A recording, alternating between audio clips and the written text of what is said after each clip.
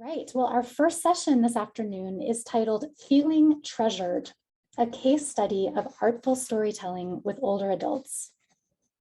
Our session presenters are Christina Bixland, Education Director, and Courtney Surmanek and Carly McCollow, teaching artists, all from Chong and Company, along with partner Cory Herman, Director from Alliance Stage Company. We're also joined by Sari, who is a participant in the Artful Storytelling Project as well. The Alliance Stage Company is a theater group for older adults based in New York City. They produce short skits, musical comedy, improv, readers theater, and plays inspired by the life stories of company members. Offstage, members work as playwrights, puppeteers, dressers, ushers, and act in television and film. Drama classes are offered weekly for adults 60 and older at Educational Alliance, a 130-year-old organization offering transformational services and high-quality, multi-generational programs throughout its network of community centers on Manhattan's Lower East Side and East Village. Chong and Company was founded in New York City in 1975 by leading theatrical innovator and National Medal of Arts recipient Chong. The company engages multi-generational and interdisciplinary artists to build on and expand Chong's singular and visionary body of work. Across nearly 5 decades, the company has created over 100 original theatrical productions, ranging from intimate interview-based works to large-scale multidisciplinary projects, featuring puppets, performers, and full sound and production scores, reaching audiences throughout New York, the United States, and the world. Chong and Company transcends boundaries, exploring the interconnectedness of cultures and how multifaceted identities are addressed in society. The company's work often seeks to excavate and question dominant historical narratives. In February 2021, Chong and Company, along with 13 other nonprofit community arts organizations from 9 states, received a seed grant from the National Guild for Community Arts Education and Lifetime Arts through the Catalyzing Creative Aging Program, supported by Aroha Philanthropies and the NAMM Foundation. I am so delighted to turn it over to Christina, Cory, Carly, Courtney, and Sari, so they can tell us about the Artful Storytelling Project from the point of view of program designers, teaching artists, partners, and participants. Before I do, please note that we will have an audience Q&A at the end of the session. So we welcome audience members. Please ask your questions via chat during and throughout the whole presentation. Over to you, Carly. Welcome, everyone. It's so wonderful to meet you all. We're going to take a moment now and just let you listen to some music that was recorded for our piece, as well as the faces of some of our participants.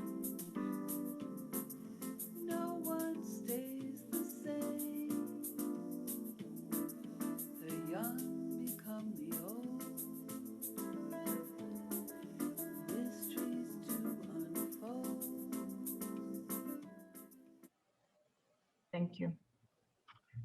So as we all arrive here today, our question for you, we're going to invite you to think for a moment, do a little exercise. We're going to use the chat. Who are you bringing with you to the conversation today?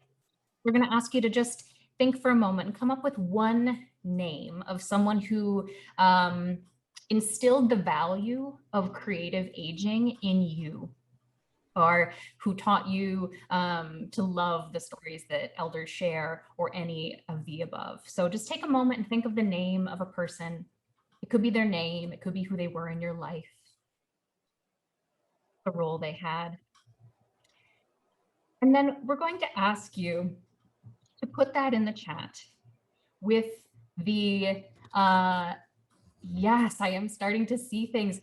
And will you put them for us in the format of I am from? So you'll say, I am from the name of that person. and what they offered you. So, so for Natalie, it would be, I am from Linda and what Linda offered you. So for me, my grandmother turned 98 or 97 this weekend. So I am from Mary Kay's Everyday Magic. So please continue to put those in the chat and who you are from today. And I'm gonna ask to hear from some of my colleagues here. So Christina, who are you bringing with you today? Thanks, Carly. I am from Yvette's North African war bride mysteries that she took to her grave. And that's made me want to do this work. Thank you. I also, sorry, Christina, do you want to share anything about your pronouns or your role? Sure, yeah. Hi, I'm Christina Bixland. My pronouns are she, her, and I'm the education director at Ping Chong Company. Can't wait to chat with all of you. Cory, who are you bringing with you today? I am from Ruth's personal resolve, her familial devotion, and of course, her blueberry pancakes. I am Cory Michael Herman. I use he, him pronouns, and I, as was mentioned, am the director of the Alliance Stage Company, a senior theater program, as well as the program manager for Education Alliance in New York City. Thank you. Barry, who are you bringing with you today? I am from my grandmother Yetta, who would be something like 120 years old or so, at least. And she brings a strength and a quirkiness that I always admired. And my name is Sari. I'm was a participant in this group, one of the many, several older adults that participated, and my pronouns are she and her. Thank you so much. We hope to also be joined by Judy, who is one of the other participants during our time together today. I'm Carly, my pronouns are she and her. I'm a teaching artist with Ping Chong Company and have been associated for Christina. It's been like over a decade. It's been a beautiful decade. So grateful to be here with you all today and all your nonas, your unfailing support, your drama. There's a lot of crocheting going on. Aunt Mary's slapstick life. We're grateful to have you and all of them with us today. Courtney? I'm Courtney. I use they and them pronouns or anything said without malice. I've been with Ping Chong Company for 4 years, so small but mighty, I would say. And I am from Jenny's big pot of lentil soup, her quick wit, and her deep listening. So we are here, y'all. We're so happy to be here with you. We're here to share a little bit about a pilot project, a creative aging project called Artful Storytelling, Our Meaningful Histories, that you're going to hear a whole lot about. The program took place on the Lower East Side in New York City. We'll share a little bit about our context, who we are, which we've already been doing and sharing. You all are part of this process, so thank you for showing up. We'll talk about how the project evolved, what we learned along the way, and how to do this work well, and about the power and potential of working with older adults.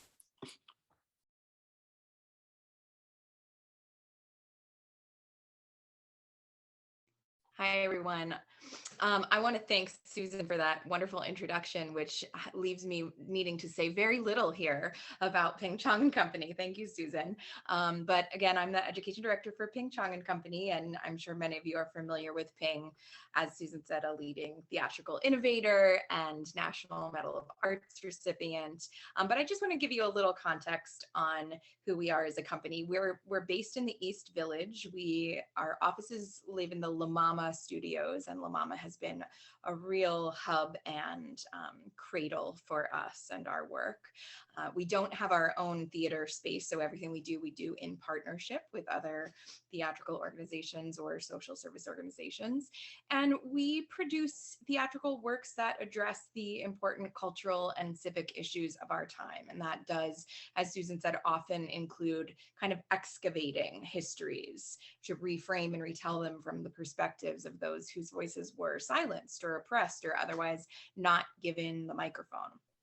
Social justice is always part of the lens that we look through in our work at Ping Chong and Company. The way we often explain our work at Ping Chong Company is at the intersection of identity, place, and belonging, this juicy, powerful intersection, living at many points in our work, in our interdisciplinary productions, in our community engagement work, and in our education programs. And that's where this work is housed. Yeah, thanks, Courtney. Courtney mentions the interdisciplinary productions that they combine puppetry and dance and film and video projection, and those are a big part of what Ping is known for, Ping's innovation. But I actually want to tell you a little more about the community engaged branch of our production work, because that's what all of our education and outreach programs have their foundations in. So since the early 1990s, the company has been making a series of interview-based theater pieces that are created in communities and with community members who offer first-person perspectives on people who are often othered by mainstream society or dominant culture. So that might be immigrants or refugees or people experiencing homelessness, etc. And when the original production in this series was conceived in 1992, people in the political conversation at the time were calling these communities undesirable elements. What do we do with these undesirable elements in our communities? So Ping kind of reclaimed that phrase as the name of this series. And there have now been over 60 works in the Undesirable Elements, or UE series, that we call it for short, around the nation and around the world, uplifting community voices. The image that you're looking at on this slide is from a UE production called Cry for Peace, Voices of the Congo, which was originally produced in partnership with Syracuse Stage in 2012. And what these UE productions have in common is an ensemble of community members who are seated on stage, reading from a script. You see the script on the music stand in front of them, telling their own stories. So the script is crafted from a series of interviews with the storytellers and a workshop process with them.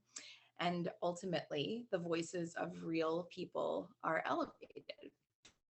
And of course, in the past year, these works have looked a little bit different.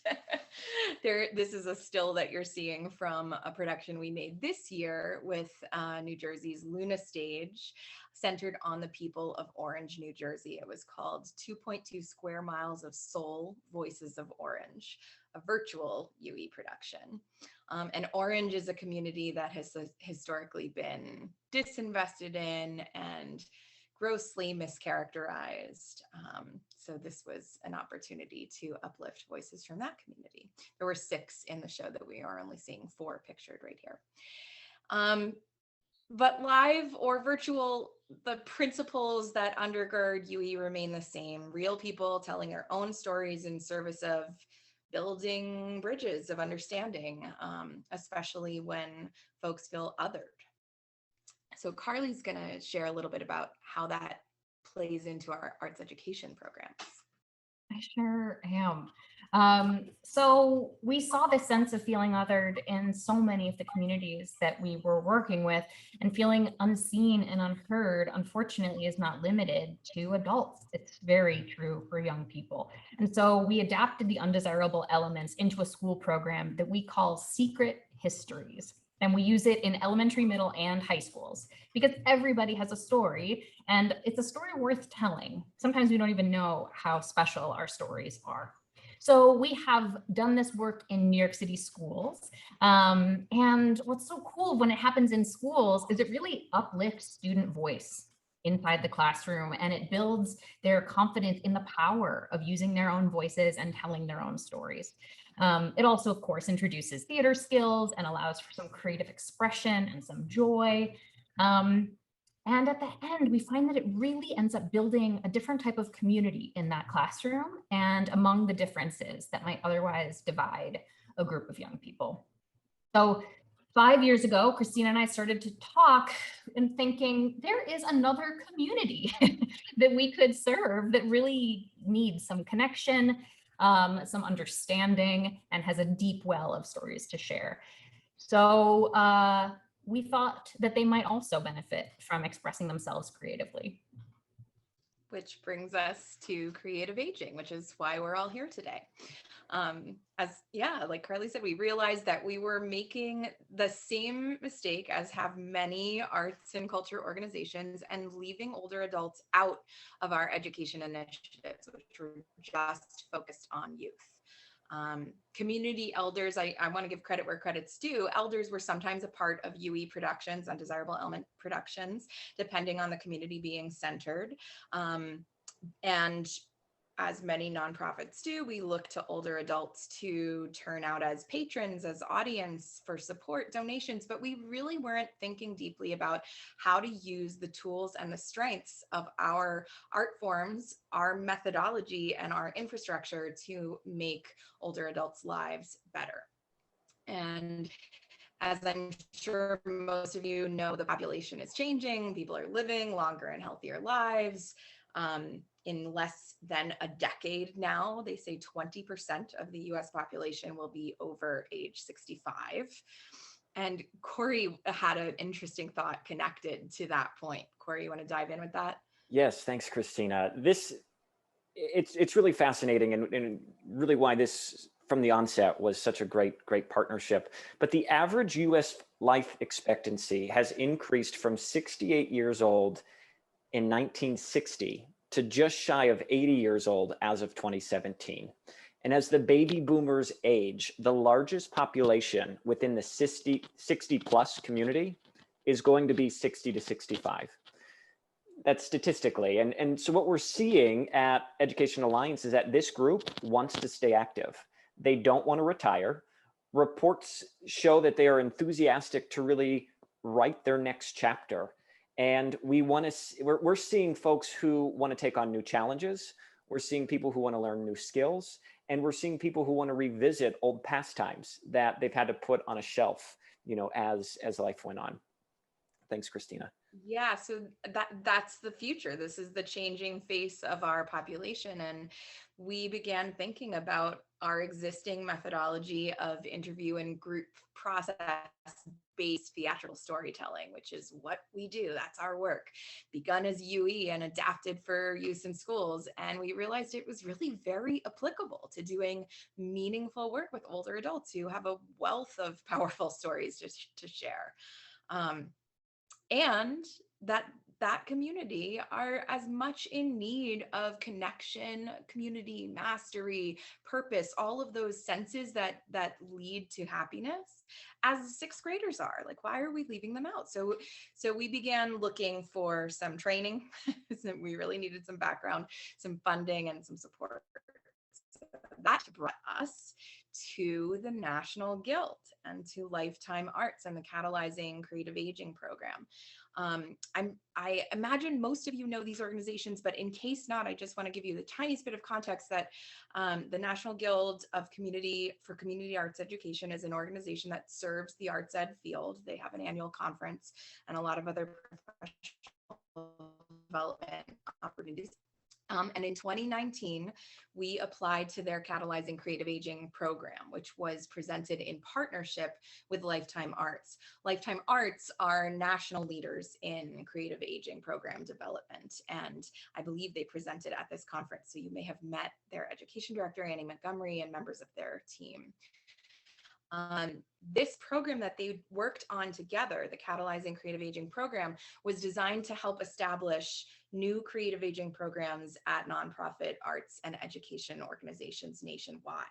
So we, Ping Chong Company, were one of 19 orgs who were selected to be part of the 1920 cohort, 2019-20 cohort, which was the third cohort of organizations receiving this training and support. And the program provided group training. You're seeing a picture on this slide from a gathering in Austin, Texas, with all 19 organizations, as well as one-on-one and small group coaching, and a network of colleagues who are trying to do the same thing, who have the same interests and the same questions and are diving in for the first time themselves. And at the end of the program, there was the opportunity to apply for a seed grant to pilot the idea that you developed over the course of this training and support. I can't say enough about the benefits of this program and of training with Lifetime Arts. If you are looking to establish a similar kind of support model for your state's arts and education organizations, please speak with the National Guild team about how they structured their program. And if you're looking to engage with a team to provide some training and best practices in creative aging, look no further than Lifetime Arts. I have zero vested interest in either of them, but they are both so fantastic.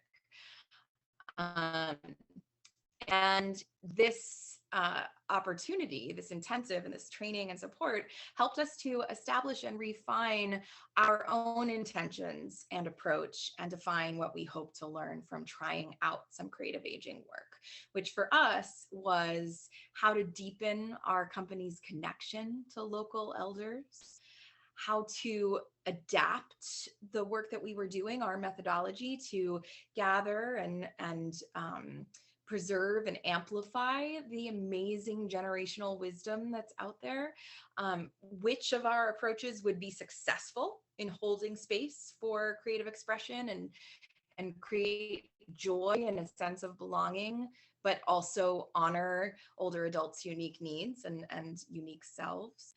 And last but not least, we wanted to gain the kind of qualitative data to help us advocate for future, more expansive programming for older adults. So whether that advocacy was internal to staff, to board, or external to funders or other potential partners in the future, we wanted to have a baseline of some data. So this was really an experiment for us with lots and lots of room for learning, and we dove in. And I love this silly little image because while we were taking this scary leap into new waters, it really felt like we weren't doing it alone because of the support of being a part of that cohort, because of the support of the National Guild and Lifetime Arts, and not to mention, once we had established a partnership and had a partner organization and these truly skilled and committed and thoughtful teaching artists, it really felt like, okay, we're jumping in as a team, and that made it feel a lot safer. Chong Company is an organization without a space, as I said. So the first step we had was identifying the right partner. That was someone with space, as well as connections to the population in our local community, someone who valued art making and who maybe had a need for some programming where we could fill a gap or a need in their community. So I had conversations with many different senior centers and senior service organizations in the Lower East Side, and it soon became abundantly clear that the New York City Educational Alliance was the perfect partner for this venture. And Cory is here with us from the Ed Alliance, so I'm going to pass the mic to Cory to tell us more. Thanks, Christina. The Educational Alliance, as was mentioned at the beginning of our talk today, has served Lower Manhattan since 1889. It was originally established to help Jewish immigrants assimilate. And today, our community centers and community-based programs provide New Yorkers access to quality education, health and wellness services, arts and culture, and civic engagement opportunities. We proudly embrace diversity. We offer multi-generational programming, and we strive to turn strangers into neighbors. As I mentioned earlier, Educational Alliance has seen firsthand the shift in population within our older adults programming. Needs and demands have certainly changed. Long gone are the days of bingo as a be-all, end-all of enrichment. Our older adult centers have taken a holistic approach to balanced living. And looking to the future, we're very mindful of our goals to further strengthen our sense of community and multi-generational programming, and we plan to do that through the arts. Why the arts? I know coming from a stage director, that seems very biased, but the old adage of arts brings us together is really true. At Educational Alliance, we have found what countless studies before us have already proven. The arts bring people together physically, and once they're in our doors, it prompts stories, it inspires reflection, and it forms connections that transcends differences. As the slide shows, our motto at Educational Alliance is "You belong here." In meeting with Christina and Carly and Courtney and learning of Ping Chong and company's focus on identity, place, and belonging, it was clear from the get-go we had the making of a really strong community partnership. And I think Courtney's going to dive a little bit deeper into community partnerships. Yes. What makes a strong partnership? I think we have some people in here that know a little bit about this. So we're actually going to cede this question to you all with a little bit of framing and specificity. So there are these two definitions up here. These are provided by the Center for Performance and Civic Practice and Art Train, which is a program of Springboard for the Arts. They're incredible programs training up government agencies and artists to collaborate and respond to this unprecedented moment that we're in, knowing that artists do good healing work. So they frame it like this, that collaboration is action taken together in shared work, and partnership is taking that maybe even a step further into relationship. So with those two framing definitions in mind, we have a question we'd love for you all to answer. So lean into the chat, you all. What does a great partnership look and feel like to you? And put another way, what are one or two ingredients that you have found to be powerful or important in partnership building? So we'll hold for a moment as things start to cascade. And Cory, did you want to share a little bit about EA's learnings on partnership while things start to bubble up? Absolutely. As you said, Courtney, it's a relationship. Education Alliance has learned that the strongest community partnerships have members who share common values, show mutual trust and respect, recognize the strengths of each other. And this one I really want to emphasize most. In fact, I'm going to add it to the chat here. There's a genuine interest and commitment to the community. That's really the foundation from which all of this builds. And I'll just add, we really hit the jackpot with Carly and Courtney as teaching artists. They had more than a genuine interest. They had a love and admiration for the community, and it really showed and was reflective in their work. Thanks so much. Wow, you all. And I love that at the same time that Cory is speaking, some of the same words are coming up in the chat, right? Like trust, mutual respect, sharing mutual resources. Yes. Sharing values, mutual excitement. There's just so much knowledge in this room. Absolutely. And we'll highlight just a few of our key learnings, and they totally intersect with what's in the chat already. These are just some things, like there's so much more we could have highlighted. So a strengths-based approach, which is we want to center, highlight, and stand in the strengths that we bring as partners. So the Educational Alliance staff, like that Ping Chong company, were very proactive in decision-making because they're busy. And we as Ping Chong company really appreciated Educational Alliance's outreach infrastructure. Want to lift up partner enthusiasm and engagement. Oh my gosh, you all, Educational Alliance is amazing. They really moved up, stepped up. Cory's deep engagement in the program was so essential. Cory was an additional facilitator and just had those long-term connected relationships with participants that Carly and I didn't have at the very beginning, which lent to trust, I think. I'll also lift up that the CEO and executive director came to our culminating event, and these sorts of connections and just showing up for one another lends support, spirit, heft, and pride in the people facilitating and also in the folks that are participating. I'll lift up a willingness to move up into new or previously unimagined roles. I mean, there's so much I can say about this that I don't even need to get into, but we're creating this program as we speak. We've never done this together before, and so unexpected things arise, and someone's got to do it. So we figure it out together. I think our values and ethics make us strong and make us really nimble. And so communicating those things openly and with courage can be really, really important, because those values and what we care about are going to shape our outreach, the program, our evaluation protocols, and just make the whole experience unique and responsible to our community, which is a little bit of what Cory was saying before. And go big, go into the big, hairy, scary questions. What is the impact we want to make through this partnership that we could not or would not achieve on our own? Who gets to define what success means for this project? How will we engage community members? And who do we need to listen to outside of us for this work to be equitable and successful? And I'll throw those questions in the chat for you all to ponder and reflect on. And I'll kick it to the next slide. Thank you all for participating.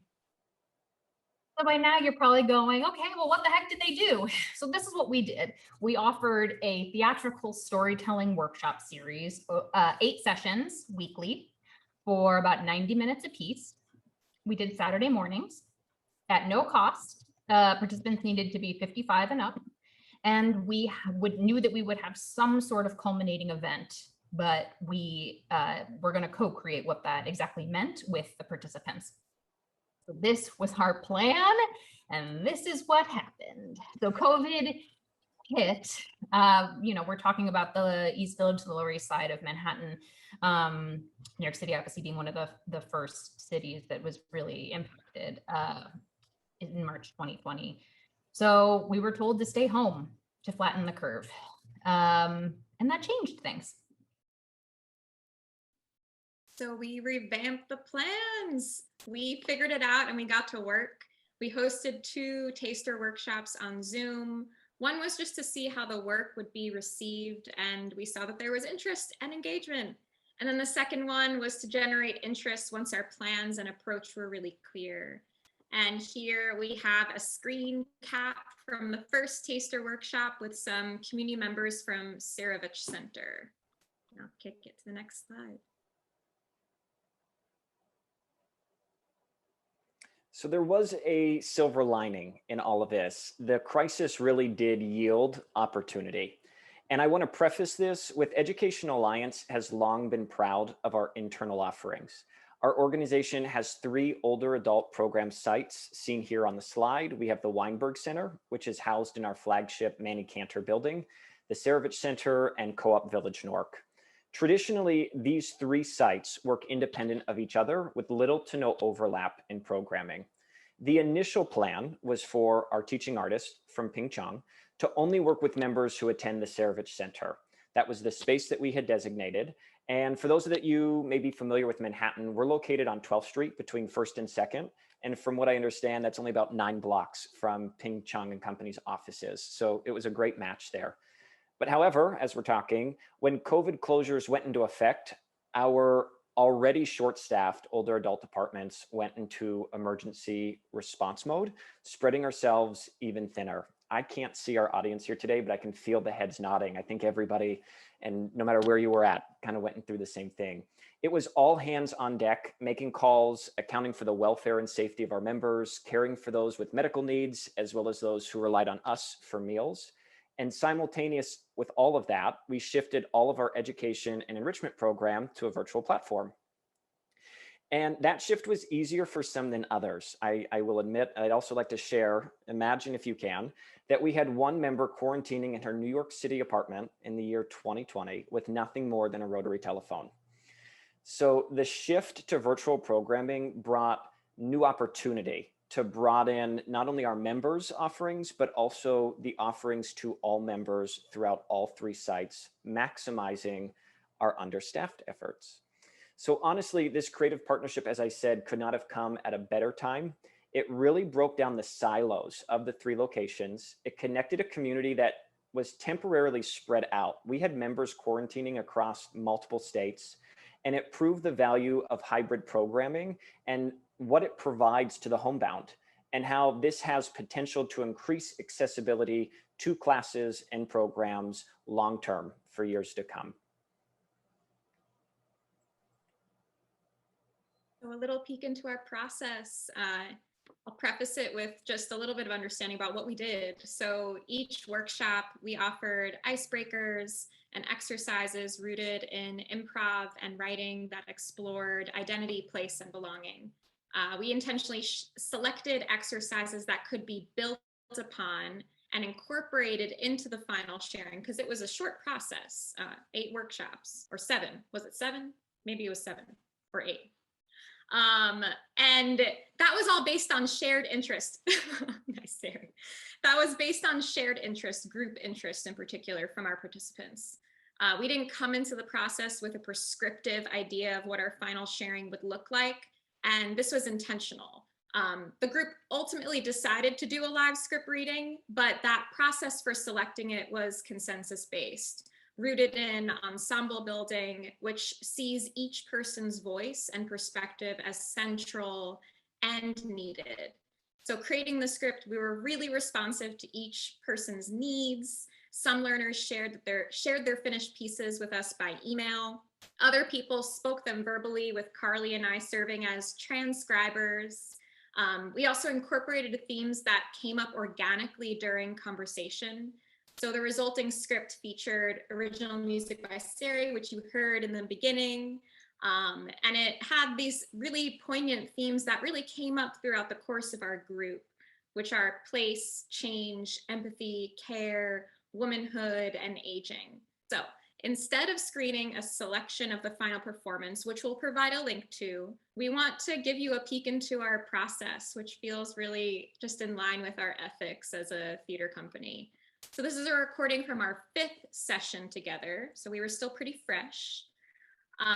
Several participants let us know that they could not attend, so we received consent to record it for them. And as you'll see, we never intended to share this video beyond our group, which is fun actually. So we hope it immerses you a little bit in our process. And I'll say that the video is 6 minutes long, approximately, maybe a little bit shorter. So as you're watching, feel free to stretch, refresh yourselves, do your thing, take care of yourself. And when we come back, we'll have a chat about what we witnessed.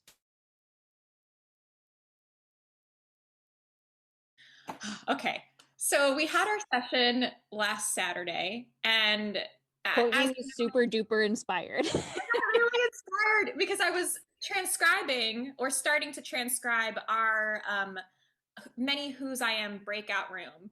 And I just had this stroke of inspiration, and I sat at my computer for 2 hours editing this video, which was a compilation of the gestures that we had shared at the end of the session and my group's I am statements. And I want to say that, I don't know, it just came to me as a possibility. And so I created this tiny little draft composition, and I want to share it to you within the confidence of our group, right? So Michelle was in my group. I think Regine was in my group. I don't think they imagined that we'd be playing what they shared in that group, although we did say that we'd be transcribing it. And so first, before sharing it, I want to get your consent to share it. And you can say no. Do I have to write it down? It's fine. Okay, yeah. And so just a possibility for something we could do together, because I do have these video editing fanciful fits of inspiration, and we'll see what you think. I was a little bit delighted.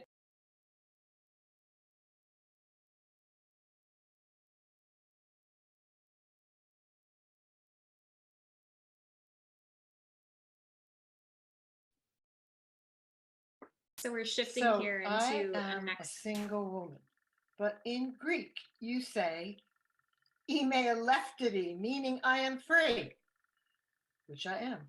I am a mother. I am a person. I am a daughter. I am a sister. I am a writer. I am a poet. I am a lover of nature. I am a nature walker. I am a river rat. I am a woman. I am a poet. I am a lover of colors. I am a mother. I am a friend. I am a person who wants other people. And I am a editor. I am a collector. lover I of am the a outdoors and wonderful walking, but I person. can't walk very much lately. I am I a knitter. am I am a a weaver. I reader, am a very good beaconite. reader. I am a cat lover. I am a tree hugger, big time. I am angry at the loss of human life due to hate. I am getting old. I wanting am to a be part of warrior. the wind. I am I am stargazer.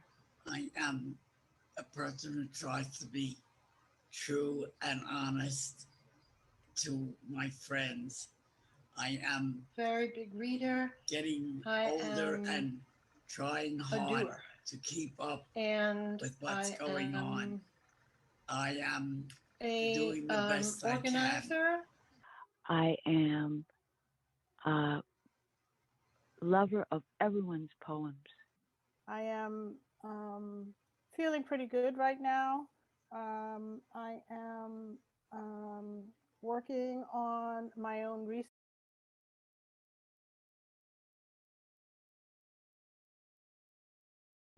All right. I could watch that group of artists, learners all day. So I apologize, we don't have more time. What did you notice? Michael started to share in the chat. I saw Christina and Cory share something. What did you notice about them?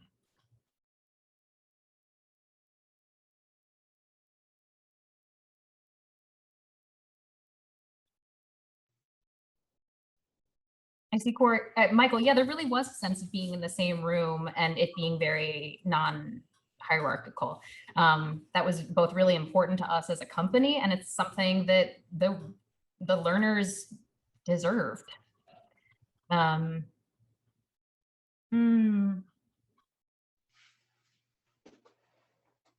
Joy.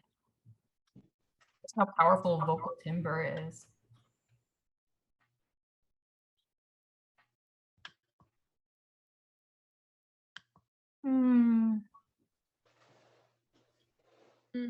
Vulnerability, honesty, and I'll connect that back to what Michael said about consent, because that was a really big part of our process and a big part of Ping Chong Company's theater process. Terry, is there anything watching that stood out to you? Well, I think a couple of things stood out. It was actually fun to see it again. I felt like there's 3 layers. Now I'm here watching myself watch something that I'm in, which only this technology. It's very meta, yeah. So it's a little surreal. But from the clips, and also I just saw how, first of all, enthusiastic as teaching artists that you guys are, and how that just resonates with then how we are. So it's a very catching sort of a thing. I noticed just how honest we were when we were doing our statements and coming up with things that we wrote. And we did a number of exercises so they had us writing and talking and chatting. I noticed how respectful you were in terms of the consent, but also like just in general. And I noticed how willing you guys were to, and then we also were, just to try things. Like, let's try it. Let's see what this looks like. Let's play with it. So there was a lot of that feeling that, and we could actually say, that's really cool, but we don't want to do this, or we like this, and everybody kind of had a say. And I know you guys aren't right now seeing the final product, but even though I really think that these movements and motions were beautiful in that video, ultimately for our final product, when we were live and doing the script that we all collaborated on, we chose not to do that. I would have loved to have a piece of that, but we went for simpler and to let the words, the live words go. So it was all the process. Thank you so much. So what did we learn, Christina? We learned so much, and I just want to invite you to keep sharing your reflections in the chat, but we're going to try to connect what we saw with what we learned, and we're so grateful for the opportunity to really deeply reflect on those learnings so that they don't slip through our fingers and drift away into the ether, but we were able to collect them here into different categories. So Cory is going to start us off. I'm going to share as well because I offer a unique perspective both from this experience and some of the online classes that we've offered and learned through with Educational Alliance.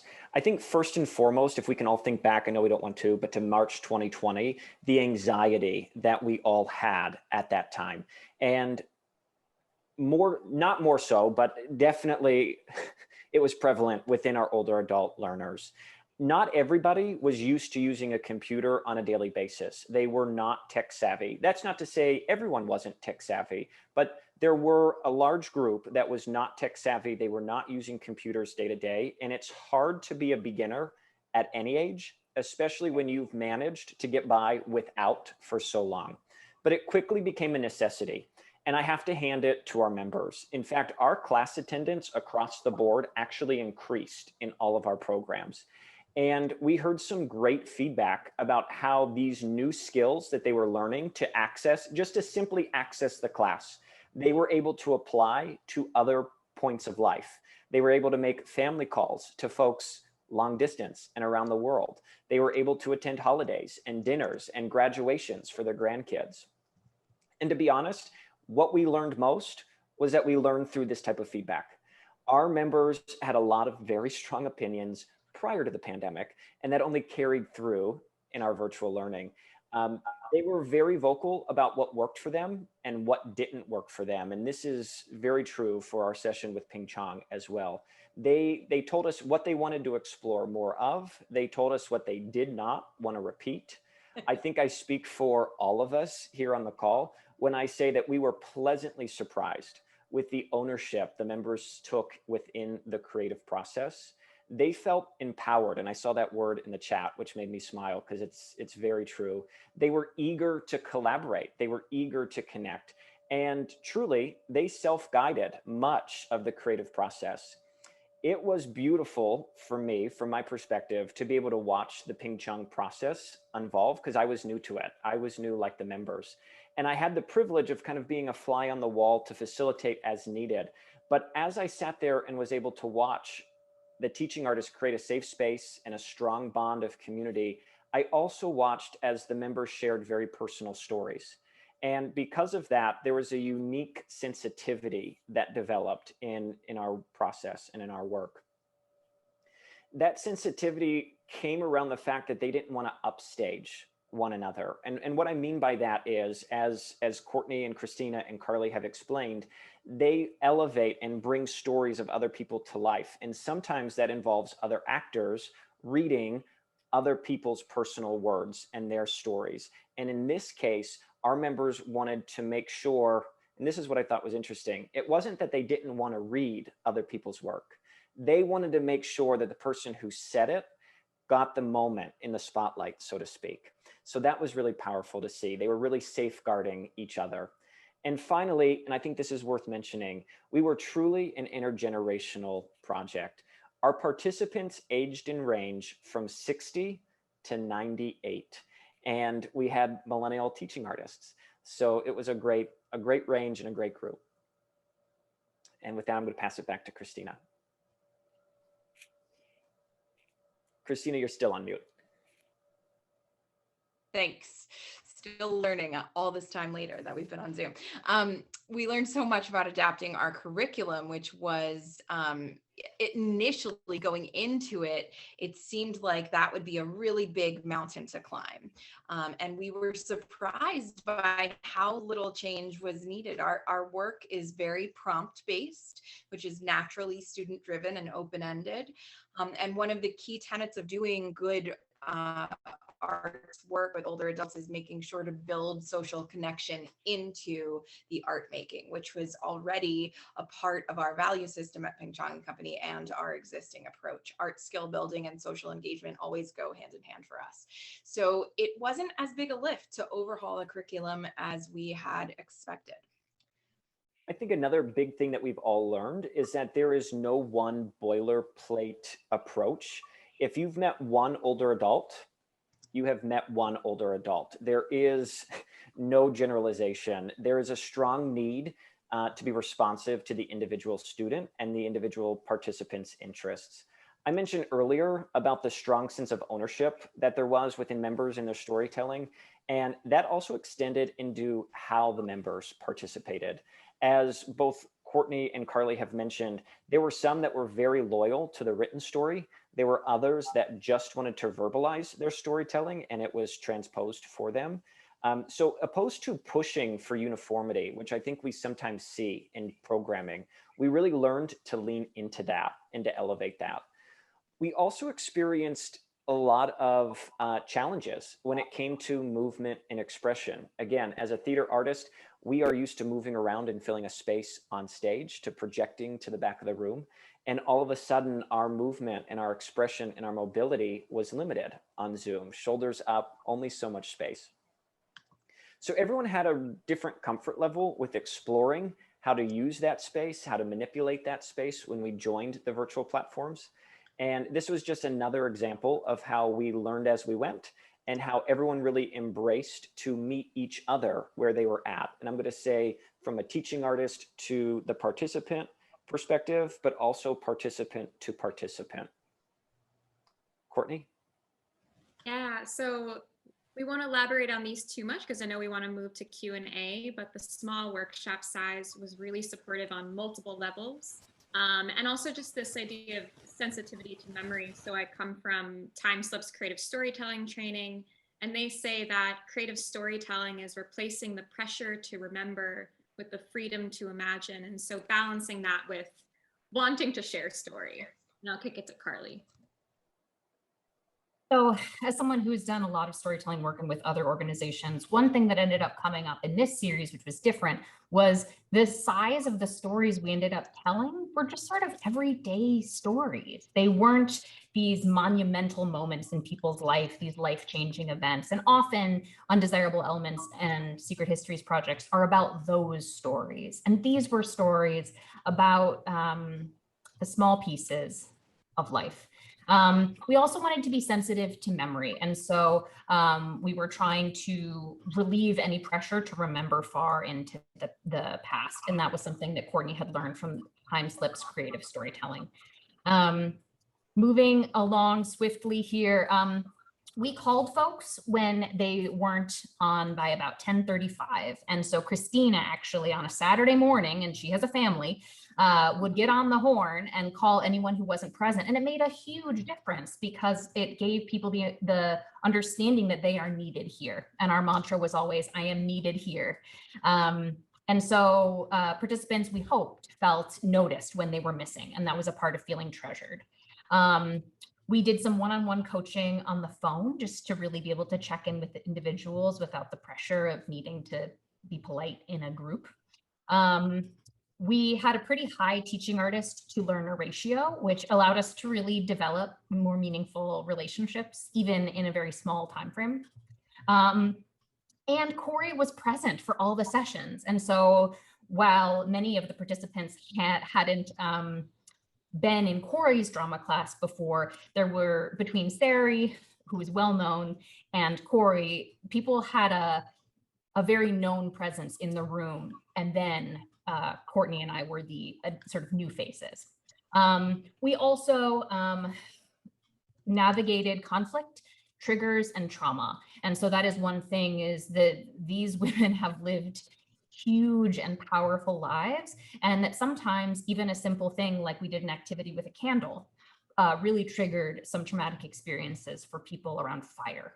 And so just to be intentional and mindful, and to have teaching artists who are able to support folks who might be getting dysregulated from traumatic experiences. So We did a survey in advance to see how comfortable participants felt with Zoom.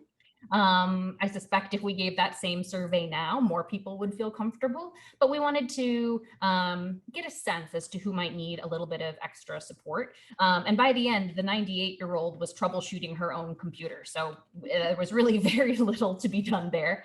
And everybody else's too, I think. Yeah, that's true. You're on really mute. amazing. You're on mute. You know. And even in our final performance, and even here, right? So it sort of spoke to the collaboration and the collective.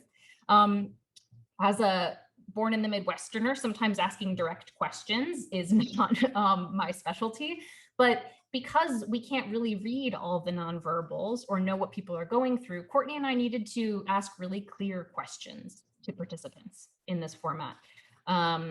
Is this okay with you? Are you okay? It's okay to say no, all that prefacing that you heard Courtney say before. We found that the chat just didn't take off with this group, so we didn't use it very much. We had all these intentions for breakout rooms, same thing. We didn't do that too often. And we had a vision for pair work that just wasn't what was meant to be. So Courtney and I sort of let those things go.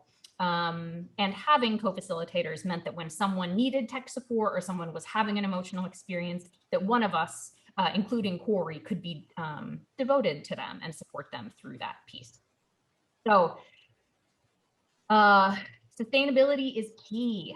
And so in doing this work, we invite you to consider creating containers for multi-year funding. This group has already said they'd be willing to do it again.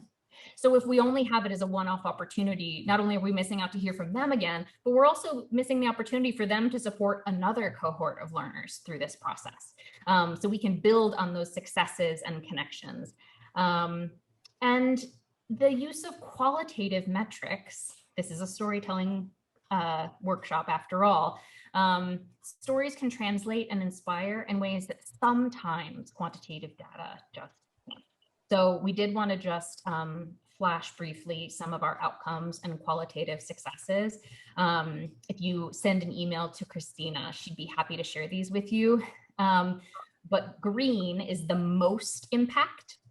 And so people really felt engaged, community, creative expression, their skills increased, their knowledge increased, their appreciation of storytelling increased. That was over 85% of the participants. Blue was over 70%, people who are interested in learning more and who felt like they formed stronger relationships. Over 70% felt like they formed stronger relationships over Zoom in a pandemic. That's huge. And the yellow is over 56%. So a lot of, but not a strong majority of feeling like identities as creators or curiosity about other art forms. And so here, we want to make a tiny bit of space here for Sari, and we ran a little behind, so we just want to give Sari a chance to jump in and share qualitatively what this was like, what felt good, what was your experience, Sari? Well, I think I did mention some of it before in the process. So basically, it was just a experience that was far beyond what I think any of us expected. The participants and learners were not necessarily actors or people in the arts, although some were, but many weren't. So it was a really diverse group. And the group actually in the 8 weeks or so came together. I will point out that some of us have continued and have started meeting almost weekly, still on Zoom, but some are neighbors. And we're doing some little pieces of, it's not as creative, but we're moving towards creating something and doing some meditation and thoughtful stories and just sharing. So I think that was like an amazing thing that came out of it too. I think we really felt seen and heard. I can't say enough about the skills of the teaching artists. And that really made a huge difference. And then it led us it freed us, I think. So one of the successes I would say is that we felt freer and freer to be ourselves and look at things. And it most of the time didn't feel too scary. The other thing that came out of it naturally, which I think is really a good success story, is that some of the people who do work have interest in arts. One person does photography. You saw some of the art on the first page. That was one of our members was an artist. I do music. And somehow it just naturally, as we were collaborating, we took those outside pieces from people and brought that in. And that was so powerful. And again, talk about feeling important or feeling treasured. And then I think that we kind of got more into it, that we thought doing a live quote unquote performance was a little harder on Zoom. But I think that we have something, even if we had a few tech problems, that we have something to show for this, that we created a piece of art that really, I don't know how to put this, it transcended, like the whole sort of transcended the journey was huge, but that we have something at the end, transcended each part of it. Beautiful, Sari. Thank you. And one more thing, one more thing too, there's a pretty big age difference in, like Cory said, we were 60 to 98. I think it was really good having some of the older adults as opposed to some of the more junior older adults. It made for a great mix as well, and a great way that we learned a little bit more about aging from different perspectives. And so if this is supposed to be about creative aging, and also it had some, I don't like to use the word, but I think therapeutic value. Yeah, thank you for saying that, Sari. We say often that we are not therapists, but that the work that we do does have some therapeutic value. So I appreciate you saying that. We want to make space for you to ask questions. So I'm going to toss everything back to Susan. But thank you all for being here, and thank you for inviting us to share with you. We really appreciated the opportunity. Oh my gosh, thank you so much. I am just so pleased that we have this opportunity to hear from all of you. And Sari, great. Thank you so much for joining us also in sharing directly your point of view. We are going to just have kind of a quick Q&A here so we can move to our intermission at 4:15 as planned. We didn't see too many questions coming in the chat, although I want to say thanks to our presenters and also our audience for being really involved in the chat. One question that I want to pose to you all is about partnership. One thing I heard, I think Cory say, maybe it was Christina, about how in partnership, it's really important to know that that you're helping a partner also fill a gap. And the question came up was, what could you achieve together that you couldn't achieve alone? And the question I wanted to ask you was that an explicit conversation that you had at some point together, identifying what you felt like you could achieve together versus separately, or was that something that just sort of came out of the good work that you did together? That's a great question. Cory, do you want to handle that one? Sure. I know from our point of view, we, as I mentioned, are oftentimes understaffed, and we oftentimes have budgetary limits.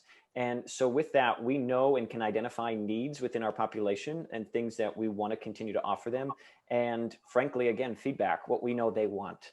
And so to find and identify community partners such as this that are able to bring arts in the door in a way that is not theatrical all the time, but a way that allows them to step back and really express themselves in an organic way was something that we knew, especially during a pandemic. But prior to that, when we started to forge this relationship, was something that we wanted to explore. And so when they came knocking, it was really kismet. That's great. Thank you for that. There are some other ones coming into the chat. Laura has asked about the taster workshop, and Carly, I see that you kind of gave a quick response to that. Sheila in Delaware is asking about the planning, the costs, the budget. So noting that it was free for attendees. what was the cost to the planning organizations? Great question. First of all, those costs were covered by this seed grant from the National Guild's Catalyzing Creative Aging, which was also funded in part by Aroha Philanthropies and NAMM. So we were covered and the expenses were somewhere in the range of $7,000 for this program. Thank you.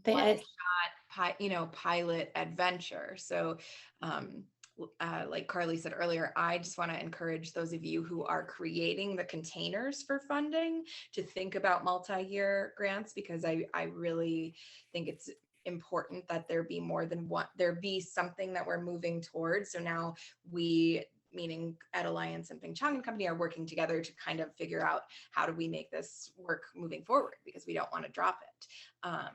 Yeah.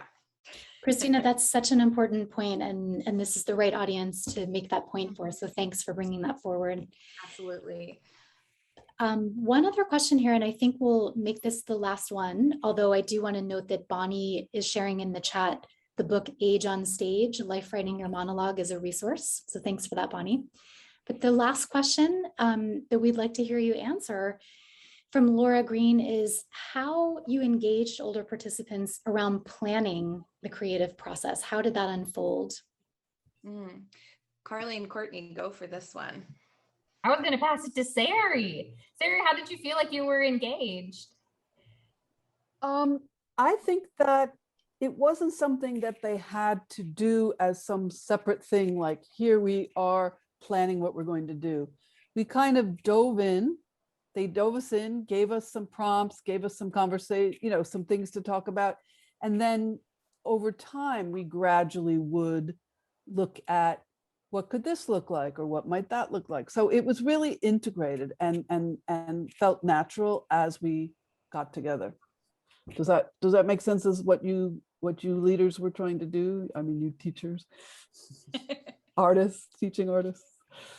Yeah, Courtney and I didn't have an agenda. I think that's really important. We didn't know what the piece would be. We didn't know who the participants would be, but we knew that we had the theater and storytelling skills to make something happen. And we went with that. And I will add that, and this was very helpful for us, our teaching artists, Courtney and Carly, they took all of our different words and some of our different prompts and put a first draft together of something. It was kind of like a lot of pages, and they had a kind of vision, but not completed. And it was perfect because I know they put a lot of work into it.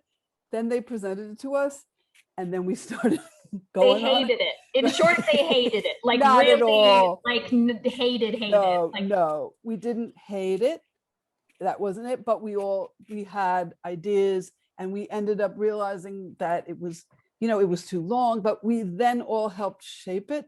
But the fact that they gave us something to work with, that was so helpful. So we didn't have to struggle as, what are we going to do to get this thing moving? They kept it moving and did a lot of work that then we were able to work together and create something. So that really speaks to the professional expertise of well-trained teaching artists, highly professional, highly qualified teaching artists, and an adventurous group of artist participants. Thank you all so very much. Thank you, Sari. Thank you, Christina. Thank you, Courtney, Carly, and Cory. It is truly valuable to hear about and learn from the perspective of practitioners and participants in creative aging. So I really genuinely thank you for contributing your lessons learned to this year's Creative Aging Institute. Right now, we're going to take a 15-minute intermission. For the first 3 minutes of our intermission, we're going to share a final suggestion from our Ping Chong and Company presenters. We're going to show a very evocative video actually created by our friends and partners at Aroha Philanthropies. So please feel free to stay and watch this 3-minute video or be fully off screen for your 15-minute intermission. And in any case, we will see you back here at 4:30 p.m. Eastern Time. Once again, Cory, Courtney, Carly, Christina, and Sari, thank you. Thank you. Pleasure.